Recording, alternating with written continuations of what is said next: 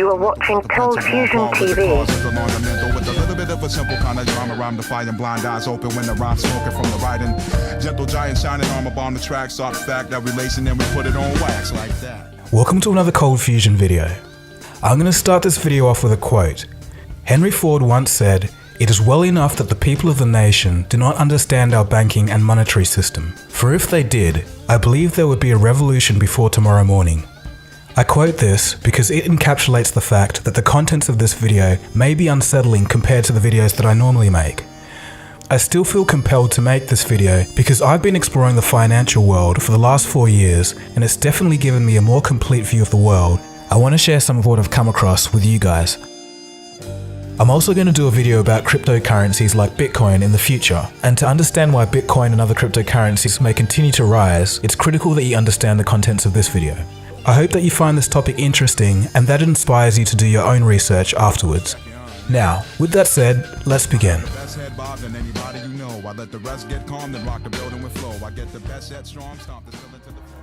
So who controls all of our money? It's a simple question. We all know that you and I don't control it. Our employees don't control it. The companies that they work for don't control it. So who does? Where does it even come from in the first place? I'll give you a hint. Money does not come from the government. It's a seemingly obvious question that's never asked or taught in schools for some reason. Unfortunately, most people's lives are basically dedicated to money. It's all people ever worry about or talk about. We go to school to learn basically how to go to university, to learn the skills to get a good job, so that we can trade hours of our lives, all for this thing called money. So why wouldn't you want to know where money comes from and who issues it? Today, in this very special video, you're about to find out the answer to the question of who controls all of our money. People today can tell something isn't quite right with our financial system, but they just can't put their finger on it. Some people think it's the failure of government, others think that it's the failure of capitalism itself. This video should clarify a few things.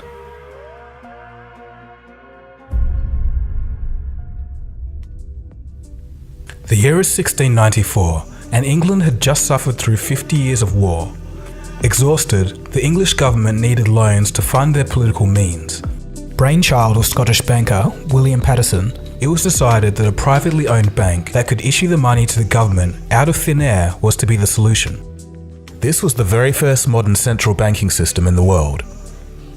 Central banking is more influential than laws, governments, and politicians, but strangely not the focus of the general public. Fast forward to the early 20th century, and after 2 failed attempts, a group of bankers wanted to put a central bank in the United States of America. It was December of 1910, and Senator Nelson Aldrich boarded a private train car in New York with 6 others. The 6 were not to be spotted by any news reporters to avoid questions. Their destination? Jekyll Island off the coast of Georgia. The meeting went for 9 days, and from that, they created the Federal Reserve System. This is all documented and a matter of public record. Some of them went on to write about the meetings in their personal biographies. Here's a quote from Frank Vanderlip, president of the National City Bank of New York, February 9th, 1935, in the Saturday Evening Post. "I was as secretive, indeed as furtive as any conspirator. Discovery, we knew, simply must not happen, or else all our time and effort would be wasted. If it were to be exposed that our particular group had got together and written a banking bill, that bill would have no chance whatever of passage by Congress." The 6 men that Nelson Aldrich brought together included the head of banks, branches of government such as the Treasury, and some of the richest people on earth at the time. To give you an idea of how rich they were, in 1910, these 6 men represented a quarter of the world's worth. The bankers told the American public that the purpose of the system was to stabilize the economy and to stop the grip of the Wall Street banks over America. The problem was, the guys that wrote the bill were the very same people they said they'd stop. If they succeeded, it will give a small group of men the ability to create money from nothing and loan it to the American government with interest. So why was it done in secret? Because the American people didn't want a central bank. Back then, unlike today, people knew what central banks were and understood them very well. Everywhere a central bank went, there'll be wealth inequality, wild swings between economic booms and busts, and after each bust, those at the top of society mysteriously came out richer while everyone else got poorer. Europe was the running example of this at the time. The Federal Reserve was originally drafted as the Aldrich Bill, but when it came into Congress, they recognized Senator Aldrich's name and smelt a rat. The bankers needed better cover. They decided to send two millionaire friends to carry the bill to quell the suspicions of Congress and renamed it the Federal Reserve Act. Next, in a textbook lesson of deceit, the bankers set out to fool the American people through disinformation. In the newspapers of the day, the bankers screamed and protested against the new Federal Reserve Bill. It would ruin the banks, they exclaimed. The average person read the protesting articles of the bankers and thought to themselves, if the bankers hate it, it must be good. And then they ended up unknowingly supporting a Trojan horse. The bankers also fooled Congress by putting clauses in the bill that limited their power only to remove them once the bill was passed. A double head fake of the public and Congress was all it took. The bill was passed on December 23, 1913, while most of Congress was out on holiday. And with that, a small group had complete monopoly over the issuing and creation of American money. Today, the Federal Reserve is the most powerful entity in the United States, and they're not ashamed to admit it either. Here's former Fed Chairman Alan Greenspan. What should be the proper relationship between a chairman of the Fed and a president of the United States? Well, first of all, the Federal Reserve is an independent agency, and that means basically that there is no other agency of government which can overrule actions that we take. What the relationships are don't frankly matter. In addition to this, it seems that the Fed can't even be touched by investigating parties. So I'm asking you if your agency has, in fact, according to Bloomberg, extended $9 trillion in credit, which, by the way, works out to $30,000 for every single man, woman, and child in this country. I'd like to know, if you're not responsible for investigating that, who is? We have responsibility for the Federal Reserve's programs and operations, audits, to conduct audits and investigations in that area. In terms of who's responsible for investigating, would you mind repeating the question one more time? Mr. Chairman, my time is up, but I have to tell you honestly, I am shocked to find out that nobody at the Federal Reserve, including the Inspector General, is keeping track of this. So what does all of this have to do with me, you might be asking? I don't even live in the US. Well, two reasons. Number one, the central banking model from the Bank of England and the United States has now been put in all countries, and even consolidated power in parts of Europe as the European Central Bank, or ECB. This unites separate countries under one economic policy. The only places in the world that don't have central banks are North Korea, Iran, and Cuba. In 2000, this list suspiciously included Afghanistan, Iraq, and Libya. And number two, since the end of World War II, the US dollar has been the reserve currency of the world. This means that all central banks hold US dollars in their reserves. In other words, all other currencies are backed by the US dollar. This directly links your country to the Federal Reserve's monetary policy in America. More on this later. When the post-World War II monetary system, called the Bretton Woods system, was created, all US dollars were backed by and exchangeable for gold. A byproduct of this was that currencies used to be very stable in relation to each other. Before that, all the countries, the exchange rates were fixed, and year after year you could predict what prices were going to be. You could start a business elsewhere, know if you were, you could calculate profits. Business was much, much easier before floating exchange rates. Unfortunately, in 1971, due to a falling US dollar, international capital flows into gold, and the funding of the Vietnam War, President Nixon took the US dollar off the gold standard. I have directed Secretary Connally to suspend temporarily the convertibility of the dollar into gold or other reserve assets. Now the dollar was floating and backed by nothing, and has been ever since. Okay, so let's think a little. If the US dollar is backed by nothing, but the world's reserves are backed by the US dollar, intrinsically, since 1971, doesn't this mean that all currencies are now backed by nothing tangible, only trust in the American government? Well, this is correct. Money backed by nothing is known as fiat currency. Fiat in Latin means let it be done. In other words, the government says it is money, so it is. A consequence to having money backed by nothing is that whenever the Federal Reserve creates money, it dilutes the currency supply of all other nations because their reserves are backed by the US dollar. All countries' reserves are worth less each time money is created. In the past few years, the Federal Reserve has printed trillions of dollars, and countries like Russia and China have noticed this. As a reaction to the money printing, these countries have been selling US dollar reserves and buying gold over the same period. But wait a second. Some of you clever thinkers out there may have asked yourself, if every currency on Earth is backed by nothing, how am I able to pay for things? Well, as it turns out, the whole economic system today is running because it's backed by faith. Faith that you can exchange your unit of currency for goods or services. In a way, part of that faith comes from the fact that not many people actually know where money comes from. We're about to find that out in this video. A central bank is essentially the entity that manages a nation's money supply, and it can loan money to the government with interest. In the United States and most other countries, it works like this. When the government needs more money than they receive from taxes, they ask the Treasury Department for money. The Treasury then receives an IOU or bond from the government. The Treasury, through the banks, gives this IOU to the Federal Reserve. The Fed then writes a check for this IOU and hands it to the banks. At this exchange at the banks, money is created and it can be used to pay government bills. So hang on, where does the Fed get the money to be able to write this check? They get this money from nowhere. They literally just invent it. Here's a quote from the Boston Federal Reserve. Quote, "When you or I write a check, there must be sufficient funds in our account to cover the check. But when the Federal Reserve writes a check, there is no bank deposit on which that check is drawn. When the Federal Reserve writes a check, it is creating money." End quote. So in essence, they're writing a check and creating money from an account that has no money in it. The money the Federal Reserve creates can be used as legal tender to buy things and eventually makes its way into the real economy. If you and I did that, we'd go to jail for fraud, but they can do it because they invented the system. This is the same system used throughout the world today.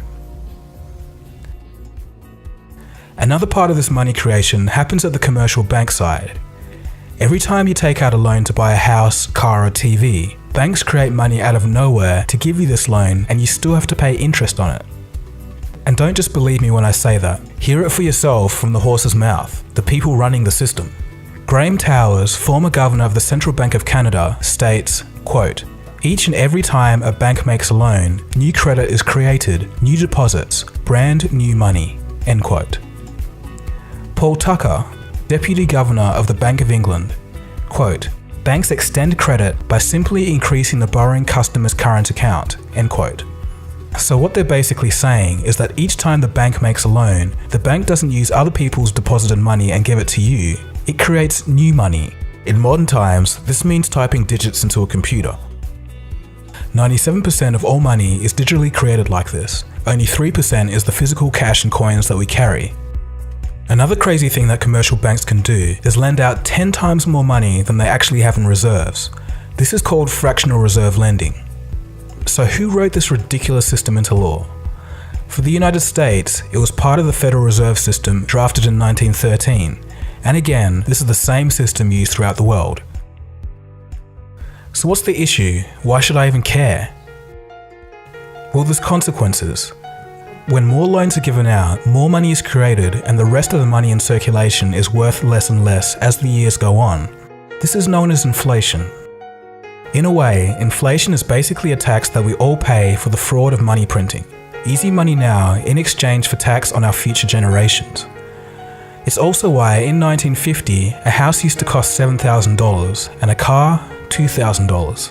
Obviously, this is no longer the same today. Things will always keep getting more expensive as long as this system is in place. This was actually kind of okay because wages grew in relation to inflation until about 2008. Why this stopped happening is a story for another day.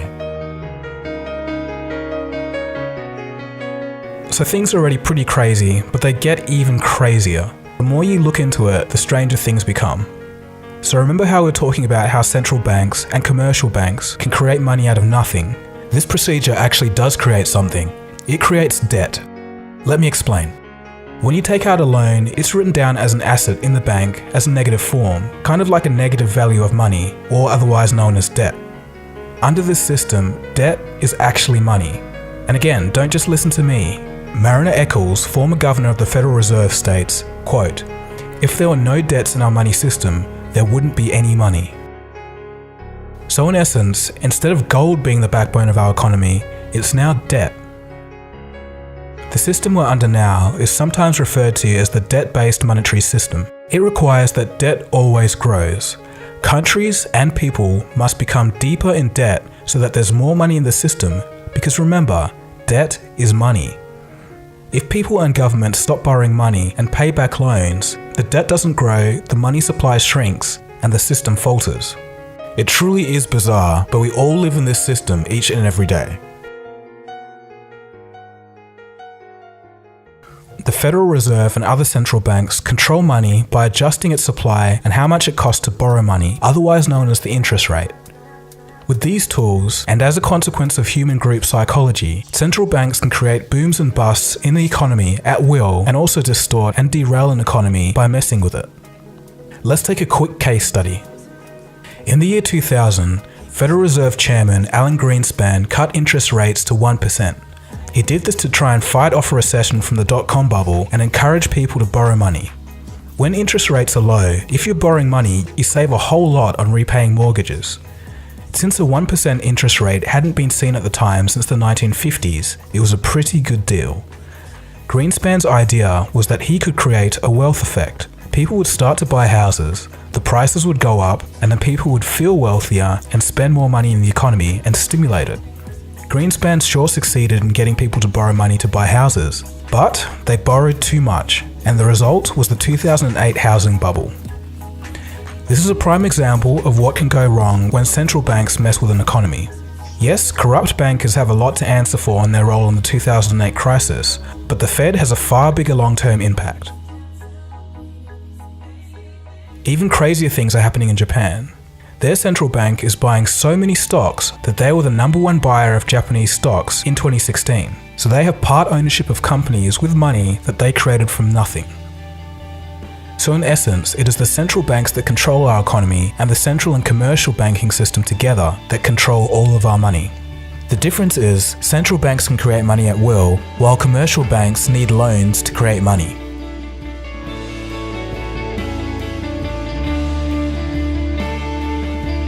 To give you an idea of people's views of central banking when people actually knew what central banks were, here's a couple of examples.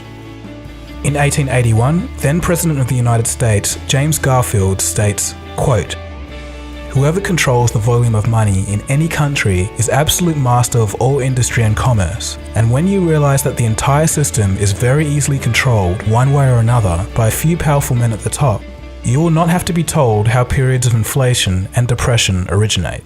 End quote. Benjamin Franklin in his autobiography stated that the prime reason for the American War of Independence was a battle over who actually controlled and issued the money of the new colonies. Moving on to more modern times, Nobel Prize-winning economist Milton Friedman states, quote, "The Federal Reserve definitely caused the Great Depression by contracting the amount of currency in circulation by 1/3 from 1929 to 1933, end quote.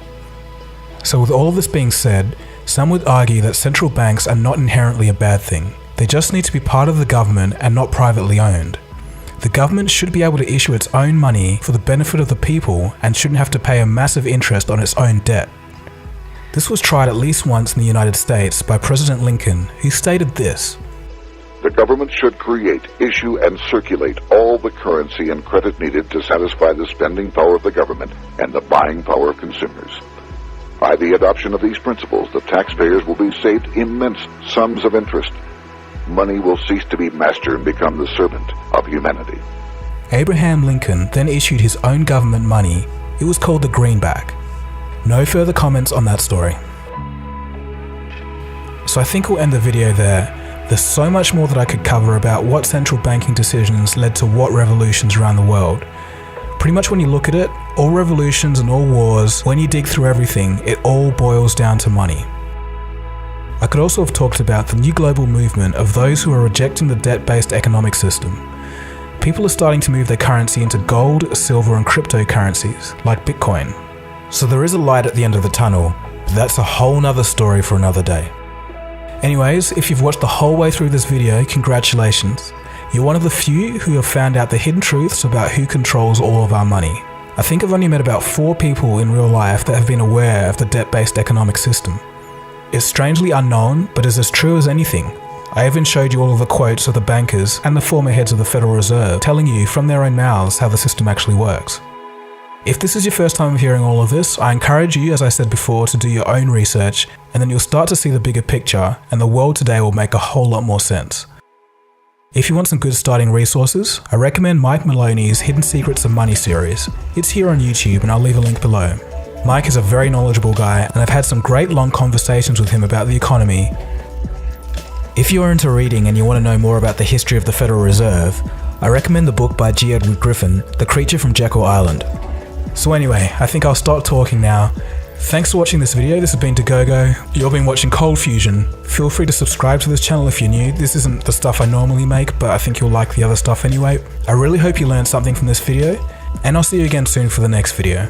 Cheers guys, have a good one.